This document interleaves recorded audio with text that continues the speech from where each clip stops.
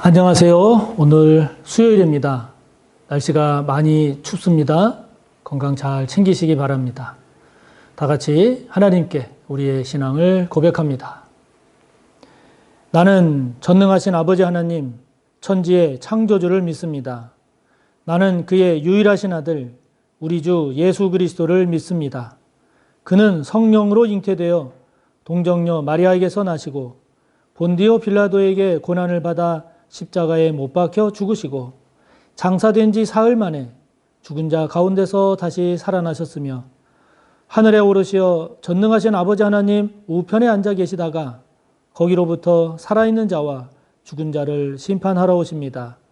나는 성령을 믿으며 거룩한 공교회와 성도의 교제와 죄를 용서받는 것과 몸의 부활과 영생을 믿습니다.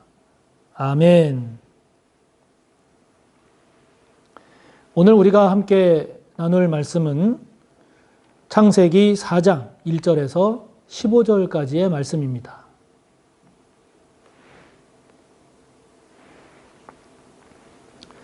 구약 성경 4쪽입니다. 구약 4쪽 창세기 4장 1절에서 15절까지의 말씀 함께 봅시다.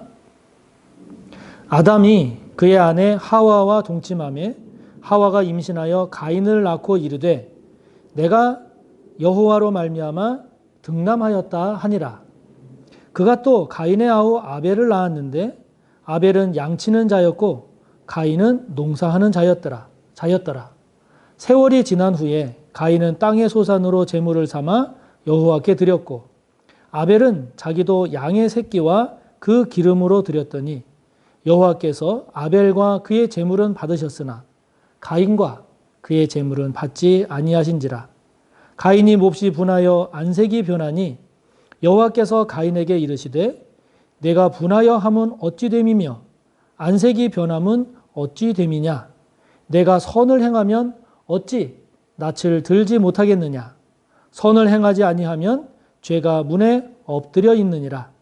죄가 너를 원하나 너는 죄를 다스릴지니라. 가인이 그의 아우 아벨에게 말하고 그들이 들에 있을 때에 가인이 그의 아우 아벨을 쳐 죽이니라. 여호와께서 가인에게 이르시되 내 아우 아벨이 어디 있느냐. 그가 이르되 내가 알지 못하나이다. 내가 내 아우를 지키는 자니이까. 이르시되 내가 무엇을 하였느냐. 내 아우의 핏소리가 땅에서부터 내게 호소하느니라.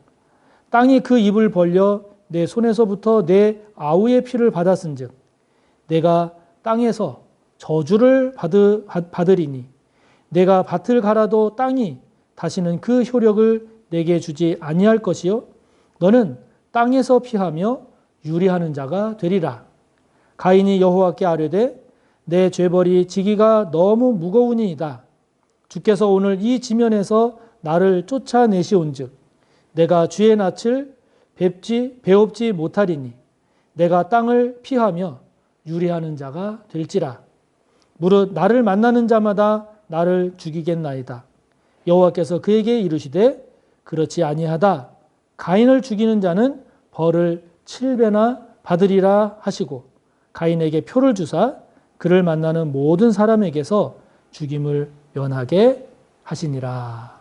아멘. 요 앞에 창세기 3장부터 이제 죄가 어떻게 발생했는지 그리고 그 죄로 인해서 인간이 어떻게 타락했는지 그 가운데 하나님께서 어떻게 인간을 향한 사랑 또 그 구원의 손길을 시작하셨는지를 우리가 봤는데요.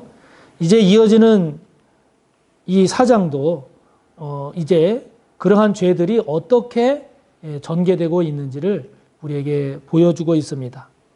아담의 첫 후손인 가인과 아벨 두 형제의 이야기 우리가 잘 알고 있습니다만은 이들의 이야기를 통해서 과연 죄가 어떻게 전개되고 있는지 그리고 그 가운데 하나님의 은혜가 어떻게 펼쳐지고 있는지를 오늘 우리가 함께 살펴보려고 합니다. 자, 여러분 먼저 이 3장에서 시작된 이 죄가 4장 즉 가인과 아벨에 왔을 때 그 아담의 후손인 가인과 아벨에게 왔을 때 어떻게 전개되고 어떻게 심화되는지를 한번 잘 보시기 바랍니다. 자, 가인이 동생 아벨을 죽이죠. 쳐 죽입니다. 여러분, 이전에는 이렇게 쳐 죽이는 죄까지 가지를 않았어요. 그전에는 단순히 아담과 하와 때는 단순히 하나님의 말씀에 그냥 불순종하는, 따르지 않는 그러한 모습이었다라고 하면 한 세대가 간 가인과 아벨 세대에 가니까 이제는 사람을 죽입니다. 죄가 그만큼 깊어지고 심화되고 있음을 보지요. 뿐만 아니라 그 죄를 범했을 때에 하나님께 보이는 인간의 반응이 아담 하와 때는 하나님의 낯을 피해서 이렇게 피했는데, 도망갔는데, 오늘 말씀을 보면 그렇게 하나님을 피하는 게 아니라 이제는 하나님께 아예 적극적으로 대항을 합니다. 저항을 합니다. 내가 동생을 지키는 자입니까? 저항한다고요. 대듭니다. 또 이 죄로 인한 이런 결과가 그 본인만이 아니라 땅이 저주를 받을 뿐만 아니라 이제는 한 걸음 더 나아가서 이제 이 가인이, 동생을 죽인 죄인 이 가인이 유리하는, 방황하는 자가 될 것이라고 하나님 말씀하시죠. 그러니까 본인에게만 저주가 임하는 게 아니라 땅에도 저주를 임했었는데 이제는 한 걸음 더 나아가서 이 가인이 원래는 농사를 짓는 사람이었단 말이에요. 농사라고 하는 것은 정착 생활이지 않습니까? 그런데 그런 생활을 하지 못하고 방랑하고 유리하는 자가 될 거다라고 하는 그러한 저주스러운 더 불행한 모습으로 떨어짐을 보게 되죠. 그러니까 여러분, 우리가 3장부터 이렇게 계속해서 보는 과정에 알 수 있듯이 죄는 지면 지을수록 더 심화되지 더 약화되지가 않습니다. 그리고 그 죄로 인한 삶의 결과라고 하는 것은 더 불행하면 더 불행했지, 더 멸망하는 삶이면 더 멸망하는 삶이 됐지, 더 좋아지는 삶이 결코 되지가 않습니다.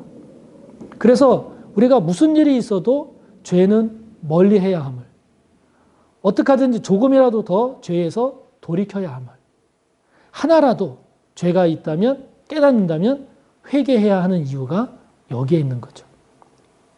그러므로 죄의 길, 죄된 삶이라고 하는 것은 결코 복되지 않음을 아예 여러분 마음으로 작정하시고, 죄가 깨달아질 때마다, 죄가 발견될 때마다 속히 돌이키고, 그리고 확실하게 회개하는 이런 저와 여러분의 삶이 되시기를 축복하는 것입니다.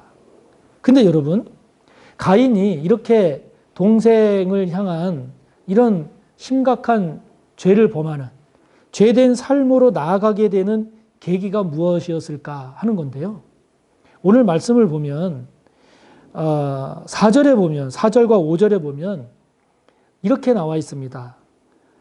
여호와께서 아벨과 그의 제물은 받으셨지만 가인과 그의 제물은 받지 않으셨다. 이렇게만 나옵니다. 이게 가인이 죄를 범하게 된 계기였습니다. 아벨의 제사는 하나님이 받으셨는데 가인의 제사는 안 받으셨다는 거예요. 그 구체적인 이유가 뭐냐? 성경에는 나오지 않아요. 그러면 가인과 아벨, 특히 가인은 왜 자신의 제사가 받아들여지지 않았다라고 여겼을까요? 성경에 나오지 않아요. 다만 히브리서를 가면 그것을 믿음으로 하지 않았다라고 하는 히브리 기자의 해석이 있습니다만은 구약을 보면 일단은 안 나와요. 그럼 왜 그랬을까? 구약적인 견지를 기준으로 놓고 본다면, 구약에 흐르는 그러한 기준을 놓고 본다면 구약에서는 복이라고 하는 것이 굉장히 현실적입니다. 물질적입니다. 그러니까 아마도 똑같이 제사를 드렸는데 아벨은 나날이 짐승의 숫자가 많아졌든지 뭐가 좋은 일들이 많이 일어났던 것 같아요. 그런데 가인의 경우에는 하나님께 자기는 제사를 드린다고 드렸는데 뭐 몸이 아프다든지 하는 일이 잘 안 됐다든지 또는 어떤 것이 자기 뜻대로 안 됐다든지 그런 일들이 생기다 보니 야, 이건 하나님께서 내 제사를 안 받아주시는구나 이렇게 여기지 않았을까 하는 생각을 해보기는 합니다. 근데 어쨌든 성경에는 구체적으로 나와 있지는 않습니다만은 그런데 여러분 문제는 그랬을 때의 반응입니다. 하나님께서 안 받아주신 것 같다. 내 제사를 받아주신 것 같다. 특별히 가인의 경우 안 받아주신 것 같다라고 했을 때 그랬을 때 어떤 반응을 보였느냐, 이게 중요한 거죠. 가인이 보인 반응은 무엇입니까? 하나님을 향해서는 원망하고 그리고 불평하는 거였습니다. 왜 나의 제사를 안 받아주십니까? 다시 말하면 왜 나에게 복을 주시지 않습니까? 이런 거죠. 원망하고 불평합니다. 잘 생각해 보십시오. 그때의 기준이 무엇입니까? 자기 욕심입니다.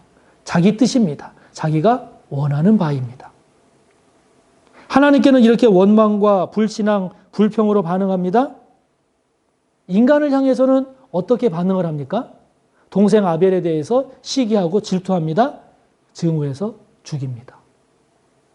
여러분, 이것이 가인의 반응입니다. 하나님의 반응은 뭐였을까요? 그렇게 반응한 가인에게 하나님께서 보이신 반응은 무엇이었을까요? 하나님은 이렇게 말씀하십니다. 7절의 말씀을 보면 네가 선을 행하면 어찌 낯을 들지 못하겠느냐. 네가 선을 행하지 않으면 죄가 너의 문 앞에 엎드려져 있다. 하나님은 이것을 가인이 선을 행하지 않은 것으로 지금 말씀하시지 않습니까? 여기서의 선이 뭘까요? 여기서의 선이 뭘까요? 다른 말로 한다면 하나님의 기준이죠. 하나님의 뜻이죠. 다시 말하면 가인이 내가 하나님께 제사를 드렸는데도 왜 하나님이 받지 않으셨을까라고 한다면 그 이유를 하나님의 뜻, 하나님의 기준을 가지고 자기 자신을 살폈어야 됐다 하는 겁니다. 내가 하나님 앞에 어떤 부족한 것, 잘못한 것, 하나님께서 내게 복을 주시지 않을 만한 그런 모습이 나에게 없었을까를 하나님을 기준으로 해서 나를 봤어야 되는데 가인은 반대로 한 거죠. 자신의 기준을 가지고 자기 자신에게 주어진 현실을 통해서 하나님께 원망하고 불평하고 불신앙의 길로 갔다는 거죠. 이것이 다른 겁니다. 하나님은 15절을 보면 그런 가인을 향해서도 하나님은 또 은혜를 베푸세요. 하나님 앞에 책망을 받고 이제 유례하는 자가 되어서 떠날 수밖에 없는 가인이 이제 자신이 앞으로 살아갈 삶이 너무나 그 인생의 짐이 무겁고 두렵고 고통스럽게 여겨져서 탄식하고 절망할 때 하나님께서 가인을 복 주십니다. 네가 어디를 가든지 네가 죽임을 면하게 될 거다. 너를 죽이는 자는 7배나, 7이라는 게 성경에서 완전수 아닙니까? 7배나 더할 거다. 이렇게 가인에게 은혜를 베푸시며 가인을 보호하시죠. 자, 여러분, 오늘 이 가인과 아벨의 이야기를 통해서 저와 여러분이 좀 더 묵상해야 할 것이 무엇입니까? 저와 여러분은 어떻게 반응하고 있느냐 하는 겁니다. 성공하고 형통하고 잘 됐을 때는 하나님께 감사하고 찬양하고 문제가 없겠죠. 문제는 가인처럼 하나님께서 자기의 제사를 받아주시지 않았다고 했을 때, 오늘 우리의 삶으로 이야기한다면 신앙생활 잘하고 교회 열심히 나가고 헌금도 잘하고 충성 봉사 잘하는데 하는 일이 제대로 안 된다든지 몸이 아프다든지 자식에게 문제가 생긴다든지 또는 내가 원하는 대로 안 된다든지 라고 할 때 과연 저와 여러분은 어떻게 반응하고 있느냐 하는 겁니다. 저와 여러분에게서 가인과 같은 모습은 보이지 않습니까?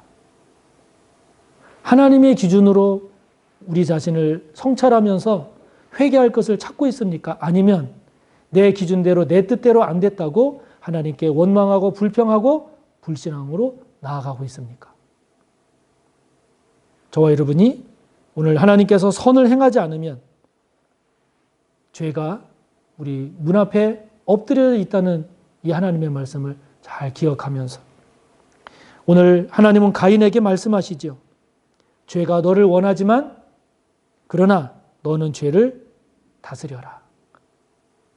죄가 저와 여러분으로 하여금 자꾸 죄 지으라고 유혹하지만 그러나 그런 유혹에 넘어가지 말고 그런 죄를 다스릴 줄 아는 사람이 되라고 하나님 말씀하시는 거죠. 그렇다면 저와 여러분은 지금 죄에 넘어가고 있습니까? 아니면 깨달은 그 죄를 지배하고 다스리는 죄의 지배자가 되어가고 있습니까? 만약에 죄의 종으로 지금 되어가고 있다면 속히 죄에서 떠나시기를 축복합니다. 죄를 다스리는 사람. 그래서 가인의 삶을 다시 뒤따라가는 그런 저와 여러분이 되지 않고 하나님 앞에 칭찬 듣고 복받는 우리 모두가 되시기를 축복합니다. 하늘에 계신 우리 아버지, 아버지의 이름을 거룩하게 하시며 아버지의 나라가 오게 하시며 아버지의 뜻이 하늘에서와 같이 땅에서도 이루어지게 하소서. 오늘 우리에게 일용할 양식을 주시고 우리가 우리에게 잘못한 사람을 용서하여 준 것 같이 우리 죄를 용서하여 주시고 우리를 시험에 빠지지 않게 하시고 악에서 구하소서. 나라와 권능과 영광이 영원히 아버지의 것입니다. 아멘.